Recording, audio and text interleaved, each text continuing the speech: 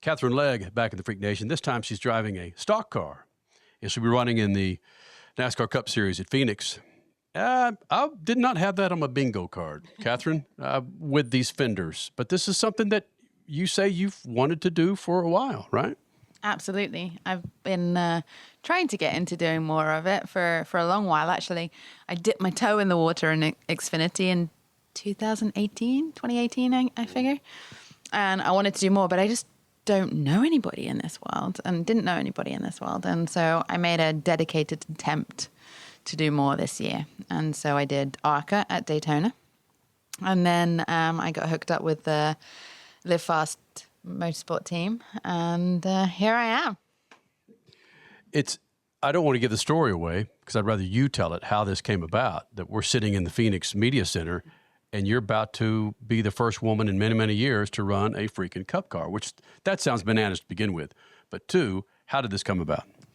So, yeah, it's bananas, really, when you think about it. I think there was a lot of us kind of making our way up through the ranks with the Sarah Fishers and the Danikas and the me and the Simonas and the Beers and and there seems to be a bit of a gap now to the next generation coming up through. But hopefully that will be bridged or something will happen that we get more women knocking on the door of the Cup Series, the IndyCar Series and all the things. But it came about because I was really wanting to do more stock car racing, and I don't know anybody in this world. And I spoke to NASCAR because I got a few friends there, and I spoke to Chevy because Chevy people are the same Chevy Motorsports people in IndyCar, and they're the only people I know. And I picked all of their brains and asked for help and support, and everybody's been great. And so I literally sat with NASCAR in Atlanta at the week after Daytona in the NASCAR trailer, and they were like, well, you can do COTA next week or you can do Phoenix. And so I was like, oh, I'd love to do COTA, but nobody could get a car done that fast. So here I am at Phoenix. It was either that or wait for like a Martinsville or somewhere like that. And I was strongly advised that might not be the most friendly of baptisms. So Phoenix it is. Women's History Month. Was that planned?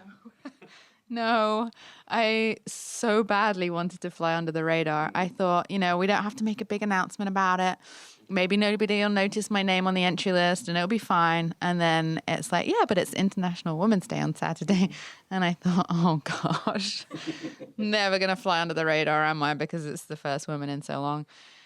And so that was purely by accident. And honestly, I was kind of hoping just to get my experience without the spotlight being on me. But yeah, here we are. Before Crash joins in, I'm curious what the regimen is for you to get approval to run in the Cup Series when you've not run a Cup race before.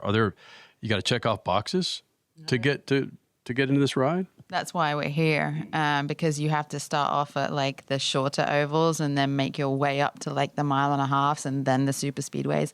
You saw it with Elio. He also was made to run ARCA and Daytona, same as me, to get experience to be able to do more. Like I wasn't even allowed to do Xfinity at Daytona because I hadn't done enough ovals in Xfinity. So, my experience got me so far, and then this is going to kind of tip me over the edge for hopefully moving on to a bigger track. And then once I've done that, then I get to go super speedway racing if I get approved, if they deem me capable enough.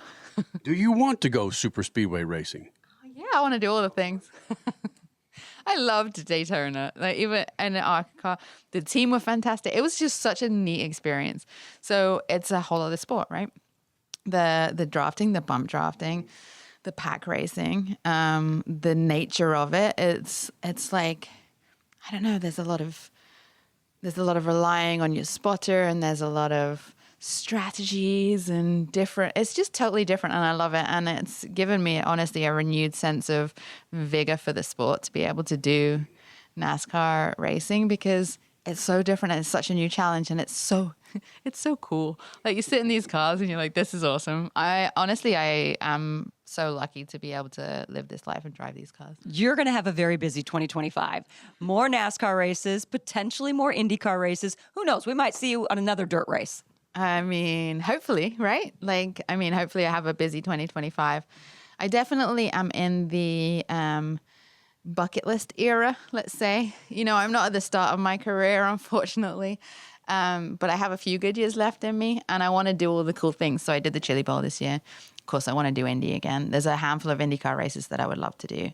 There's a handful of NASCAR races that I would love to do. And there's some other things that I still haven't achieved, like Bathurst in an Aussie V8 eludes me, and so I would love to go and do that at some point too. But hopefully I can, you know, tick off all the really cool races and just have a blast doing it to see out the next couple of years.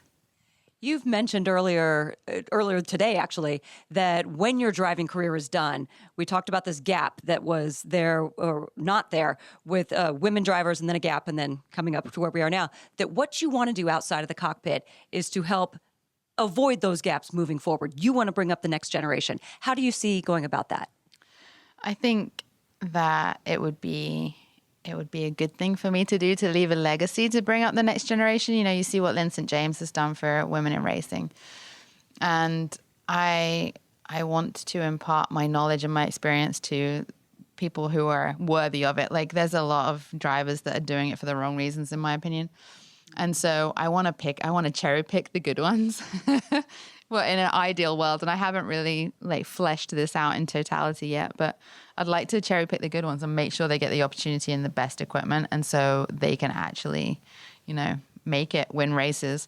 Because the only female driver in the history of racing that has gone out there and dominated is Michelle Mouton so far, right? Mm-hmm. So we need the next Michelle. Have you talked to Lynn St. James about helping her program, or would you like to start your own? Oh, crikey. I have no idea. I mean, I talk to Lynn often, and Lynn's great. I wouldn't do what Lynn's doing. I don't know where she gets her energy from. She's great. But I will do something in some way, shape, or form. I just don't know what that looks like yet. It's just an idea for further down the line. Well, I bring that up also because it takes money to do things like that. And you've had a great partnership with Elf. And what do we got here? We got Drop Light this weekend as well. So it's those relationships, having them now and holding on to them for future ideas such as that. Yeah, you know, the sponsorship with Elf was monumental. Like, there is no other word for it. Like, it was groundbreaking. It was awesome. It single-handedly created this girl power kind of camaraderie thing that just kind of happened organically at Indy last year. And I loved it so much. Yes. And it's been something that I've been trying to do. You know, I was trying to help other young drivers in like sports cars or whatever and bring them up through and try and teach them and try and make it about like, we are stronger together. Like, I will help you. It's not about being the best girl. I think that's rubbish. And then Elf happened, and all the women stood together with me, and it was just, honestly, it gives me goosebumps just thinking about, like, it was just so powerful. And then I'm super fortunate that off the back of that and that attention, I'm getting to do things like this, and I'm getting to partner with such great companies like the Sherfick guys and Drop Light, and hopefully showcase them and what they're doing, and continue this momentum that is, you know, one of support and inclusion, really. Part of motorsports is staying physically fit. I cannot stop looking at your arms. You are amazing. What do you do? What's your regimen? I love working out. Actually, so when I was racing the ovals in IndyCar last year, I tested at Iowa, and for the first time in my 20-year career, I came in and I was like, I am not strong enough to drive this car. You're going to have to take caster out of it. And that was a very humbling moment for me, and one that I did not want to repeat ever, because I very much... This was, I'm interrupting you for a reason. This was before Indianapolis last year, so Iowa the year before. No, it was, the test was before Indy, I think. Test. Yeah, it was a test. Okay. And I very much felt like the girl driver. And I was like, never, ever has my strength or fitness come into question in 20 years. And now for the first time, and they're going to say, well, maybe it's because you're getting older, or maybe it's this, that, or the other. I'm like, I'm taking that off the table. So I doubled down and did 2 a days, and I've I've got a really cool like CrossFit community in my local town. So I do that in the morning and then I lift in the afternoon, or I'll go run in the afternoon and do cardio. And I managed to put on a significant amount of muscle. And now I can eat whatever I want. So she's basically saying, you're saying, Katherine, that you are the Michael Phelps of racing. Eat whatever you want. I mean, kind of. I don't. I like try and keep it healthy because I want to do it holistically. But yeah, it's been a journey and a process. And I tell you what, I don't think any driver can say that I'm not fit or strong enough to do this. Was it girls specifically taking seats that really shouldn't be taking seats? You touched on that. I'm not going to ask you to name names, right? Doing it for the wrong reasons. Doing it, and it was specifically with girls doing it for the wrong reasons. What are the wrong reasons versus the right reasons? I focus on the girls because that's what I know, but I think for sure there's probably guys doing it for the wrong reasons too. And I think there's a lot of the young girls coming up today that are doing it for the attention, the social media posts that they can make, and like how they look when they're doing it, rather than the love for the sport and the passion to be as good as they can be and as fast as they can be and as, racy as they can be, whatever it is. I think I want people to look at it like a love for the sport and a passion to be the best that they can be in the sport, and the other stuff you have to do, don't get me wrong, but that's the auxiliary stuff. You're not an Instagram influencer who races. You know what I mean? You're a racer who has to do Instagram. So I think that there's a lot of people, and it's a generational thing maybe as well, doing it for the wrong reasons, but I don't know. What do I know? Interesting follow-up to that, really has nothing to do with it, or it may, but with Kyle Larson coming over there. Kyle Larson can drive anything. We all agree, right? From your IndyCar open wheel standpoint, for knowing that he's going to be in a car again, do you have a fascination with how good of a driver he is and how he can compete in all of these series? Absolutely. I'm intimidated and obsessed. I saw him drive at the Chili Bowl, and I'm like, you're my hero. No, he's just one of those drivers with like an innate sense of being able to do it. Like it's just a talent. Some of us learned it more.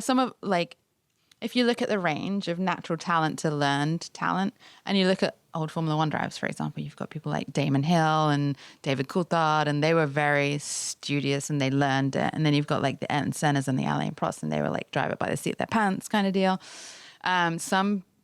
It's just a range of how much is natural talent and how much of it is learned. And I think a certain amount of it can be learned if you work hard enough at it. But if you have his level of natural ability and you work at it, then you're special. And I mean, he has the same initials as me. I just want like 1/10 of his talent. It's the same initials. So when do you make the announcement you're going to be running in the 500? I would love to run in the 500. And this is the Indy 500. Yeah. Is there another? Oh, that would be cool too. I'd like to run in all the 500s, please.